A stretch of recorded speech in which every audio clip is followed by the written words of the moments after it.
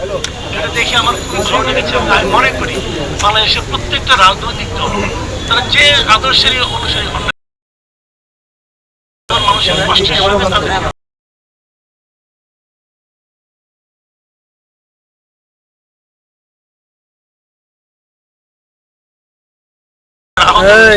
তাদের সে শুভেচ্ছা এবং সহযোগিতার বার্তা যতটুকু সামর্থ্য সংগঠন সংগঠনের সেই সামর্থ্য দিয়ে তারা গুলিবিদ্ধ মানুষ আহত মানুষ এবং যাদের সন্তান হারিয়ে গেছে সেই পরিবারের কাছে তারা এখানে আমরা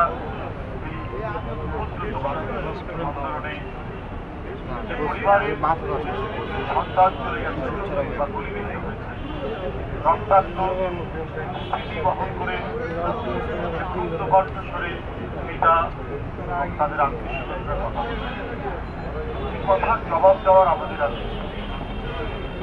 দেখুন একটা দেশ প্রায় 54-55 বছর স্বাধীনতার পর থেকে অতিক্রম করার পরে এই সময়ের মধ্যে মানুষের চিন্তা চেতনা আচরণের অনেক পরিবর্তন।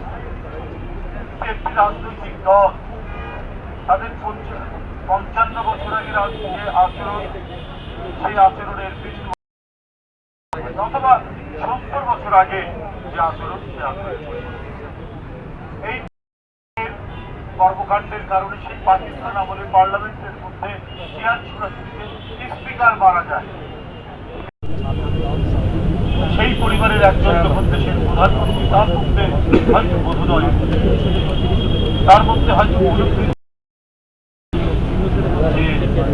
আমাদেরকে কিভাবে জনগণের সাথে মানুষের সাথে আচরণ কিন্তু কোনো ধরনের বোধোদয় হয়নি। সে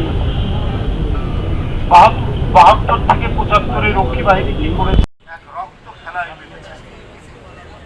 আগে থেকেই তিনি এই রক্তের গলি খেলা খেলছেন, এখনো তিনি সেই রক্তের গলি খেলায় খেলে যাওয়ার তার মধ্যে বাসনা সেই কর্মসূচি। তবে একবার লুটেরাদের সিংহাসন ধুলায় লুটিয়ে পড়লে সেই সিংহাসন পুনরুদ্ধার করা যায় না। তাহলে হিটলারের পুনরাবৃত্তি মুসলিনের পুনরাবৃত্তি হতো বিশ্বের সবথেকে জঘন্যতম নিষ্ঠুর স্বৈর শাসকদের পুনরাবৃত্তি। শেখ হাসিনা আপনার মতো রক্ত পিপাসু একজন নরক খাদক এক নায়কের আর এই দেশে ক্ষমতা পুনরুদ্ধারের কোন ক্ষমতা নেই। আপনি শিশুদের রক্ত পান করা একজন রক্ত পিপাসু নারী আপনার অসম্ভব। একটা মানুষ যদি হৃদয়গত ভাবে আপনার সৎ হয় তাহলে সে দেশ ছেড়ে পালাতে পারে। দেশের বেগম খালেদা জিয়াকে মঈনুদ্দিন ফখরুদ্দিন কত চেষ্টা করেছে দেশ থেকে বিদায়। দেশনায়ক তারেক রহমানকে শারীরিকভাবে অত্যাচার করেন, তারপরেও তিনি দেশ থেকে যান কারণ এসব প্রেম দিয়ে ঘেরা এদের অর্থ, তাই তাদেরকে পড়া যায়। কিন্তু মঈনুদ্দিন ফখরুদ্দিনের সময়ও শেখ হাসিনা পালিয়েছে, আর এবার তো সবাইকে ফেলে দিতে পারে। কোন মুখ নিয়ে দেশে ফিরবেন? এবার তো আওয়ামী লীগের লোকরাও আপনার সাথে থাকবে। আপনি আপনার বোনকে নিয়ে পালিয়ে গেলেন, এত যে আপনার যুবলীগ ছাত্রলীগ যাদেরকে দিয়ে আপনি হত্যা করালেন, পুলিশের সাথে কাঁধে কাঁধ মিলিয়ে যারা বিরোধী ছাত্রদের উপর গুলি করেছে, বিএনপির মিছিলে গুলি করেছে, ছাত্রদল যুবদলের মিছিলে যারা গুলি করেছে, তাদেরকে ফেলে পালিয়ে চলে গেলেন শুধুমাত্র জীবন বাঁচানো। আপনি তো স্বার্থপর। কি তার বাবারা বলে তারা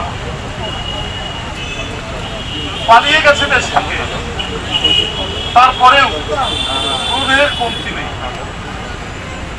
অনেকেই বলেছেন যে ক্রোধ কমবে কেন। এটা ছিল শেখ পরিবারের টাকার ধনী, টাকা উত্তোলনের ধনী ছিল বাংলাদেশ। 18,60,000 কোটি টাকা এদের লোকরা পাচার করেছে। 18,60,000 কোটি টাকা ঋণ এসছে, 17,35,000 কোটি টাকা তারা মাদ্রাসা দিচ্ছে। সবই হচ্ছে শেখ পরিবার এবং তাদের আশেপাশের লোক। তো এই ধরনের একটি সোনার খনি হাতছাড়া হয়ে গেছে। এই কারণে কিভাবে পুনরুদ্ধার করা যায়, এই বাণীটাই বারবার ফিরে আসছে শেখ হাসিনার যে সমস্ত ভিডিও ভাইরাল হয় তার মধ্যে। কোনো অনুশোচনা নেই, তাই অন্তরের কোনো ব্যথা নেই তার, সে মর্মাহত নয়। রাতুল নামে ক্লাস 1-এ পড়ে বগুড়ার একটি ছেলে আজও হাসপাতালে, সে কাতরাচ্ছে। সেদিনের পুলিশের কি খাওয়া, এইরকম শত শত ঘটনা।